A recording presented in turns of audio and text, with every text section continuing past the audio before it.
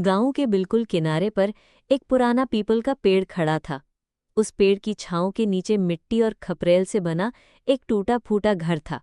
घर साधारण था, लेकिन उसके अंदर रहने वाले दो भाई बहन की दुनिया बसती थी, अवनी और समीर। कुछ साल पहले महामारी ने उनके माँ बाप को छीन लिया था।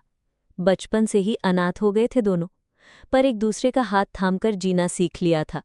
अवनी बड़ी थी, जिम्मेदारी का बोझ उसके कंधों पर था। समीर छोटा और मासूम था। दोनों का सहारा वही पुराना पीपल का पेड़ था, जिसे उनकी माँ छतरी वाला पेड़ कहकर पुकारती थी।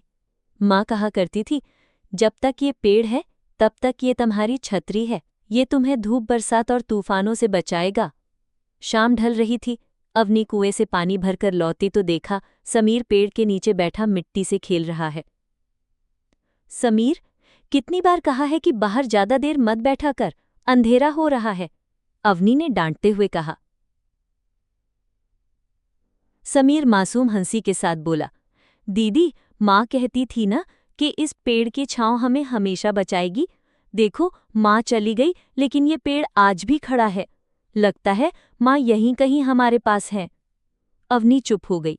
उसकी आंखें भर आईं, लेकिन उसने अपने आंसुओं को छुपाकर भाई के सिर पर हाथ फेरते हुए कहा, हाँ समीर, ये पेड़ हमारी माँ की याद है, लेकिन याद रख, पेड़ हमें तभी बचा पाएगा जब हम खुद मजबूत रहेंगे।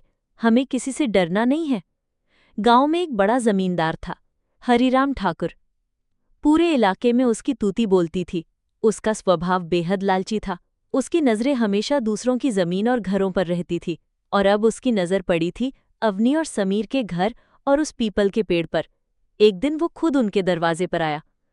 अवनी बेटी, तुम दोनों बच्चों का यहाँ रहना सही नहीं है। देखो, ये घर तो टूटा फूटा है, क्यों ना ये जगह मुझे दे दो। बदले में मैं तुम्हें शहर में एक छोटा सा मकान दिलवा दूंगा, वहां आराम से रहोगे, किसी चीज की कमी नहीं होगी।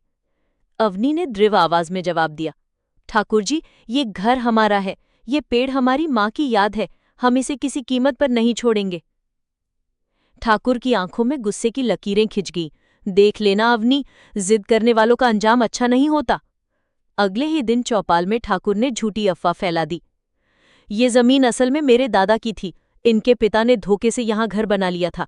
कागज मेरे पास है। ये दोनों भाई बहन झूठ बोल रहे हैं। गांव के कुछ लोग उसकी हाँ में हाँ मिलाने लगे। हाँ ठाकुर जी, सही कहते, अनाथ बच्चों को क्या पता जमीन जायदाद का हिसाब। कोई कोई फुसफुसा रहा था। बेचारे बच्चों को अकेले देख ठाकुर जी फायदा उठाना चाहते हैं। समीर ये सब सुनकर डर गया। दीदी, अगर सब लोग ठाकुर जी के साथ हो गए तो हमारा क्या होगा? अवनी ने उसका हाथ कसकर पकड़ा। डर मत समीर, सच दबाया जा सकता है, मिटाया नहीं जा सकता। उस रात गांव में आंधी तूफान आया। काले बादल, गरजती बिजली और तेज हवाओं ने सबको डरा दिया। अवनी और समीर अपने छोटे से घर में बैठे कांप रहे थे। अचानक दरवाजे पर जोरदार धमाका हुआ। बाहर ठाकुर के आदमी खड़े थे। जमीन खाली करो, वरना अच्छा नहीं होगा। अवनी ने हिम्मत से दरवाजा बंद कर लिया और अंदर से चिल्लाई, ये घर हमारी माँ की याद है, कोई ताकत इसे हमसे छीन नहीं सकती। समीर उसकी गोद में सिमट गया। बाहर हवाएं गूंज रही थी, जैसे खुद आसमान भी इस अन्याय का विरोध कर रहा हो। अगली सुबह गांव के सरपंच ने ऐलान किया, कल पंचायत बैठेगी, फैसला होगा कि जमीन किसकी है। पूरा गांव उत्सुक था। ठाकुर अपने आदमी और कागजात लेकर आया। अवनी और समीर भी कांपते दिल के साथ पहुंचे। पंचायत में ठाकुर बोला, सरपंच जी, ये जमीन मेरी है। देखिए ये कागज, इनके पिता ने धोखे से कब्जा किया था। अब ये अनाथ बच्चे मेरा नाम खराब कर रहे हैं। अवनी उठी। उसकी आंखों में आंसू थे, लेकिन आवाज दृढ़ थी। सरपंच जी, ये घर हमारे माँ बाप की आखिरी निशानी है। हमने यहाँ रहकर इसे सींचा है। ठाकुर जी सिर्फ लालच में आए हैं। कागज से ज्यादा गवाही इस धरती की है, जिसने हमें यहाँ पला बढ़ाया है। गांव में खुसुर-फुसुर शुरू हो गई। हमने इनके माँ बाप को इस घर में रहते देखा है, ठाकुर झूठ बोल रहा है। कुछ बुजुर्ग भी बोले, हाँ, ये जगह हमेशा से इन बच्चों के परिवार की रही है। सरपंच ने गंभीर होकर कहा, ठाकुर, सच चाहे जितना छिपाओ, गांव की आंखें सब देखती हैं। ये जमीन अवनी और समीर की है। पंचायत का यही फैसला है। ये सुनकर ठाकुर का चेहरा लाल हो गया। उसने गुस्से में दांत पीसे और बिना कुछ बोले वहां से निकल गया। गांव वालों ने पहली बार अवनी और समीर के हक में आवाज उठाई थी। समीर खुशी से उछल पड़ा, दीदी देखो, अब हमारा घर और हमारा पेड़ सुरक्षित है। माँ का आशीर्वाद हमारे साथ है। अवनी की आंखों से आंसू निकल आए। उसने भाई को गले लगाकर कहा, हाँ समीर, माँ की बात सच हुई। जिसने दूसरों का हक छीना, उसका चेहरा गांव के सामने बेनकाब हो गया। सच की जीत हुई है। उस रात दोनों भाई बहन आंगन में बैठे थे। पीपल की पत्तियां हवा में सरसराईं, जैसे माँ की आशीर्वाद भरी हथेली उन पर ठहर गई हो।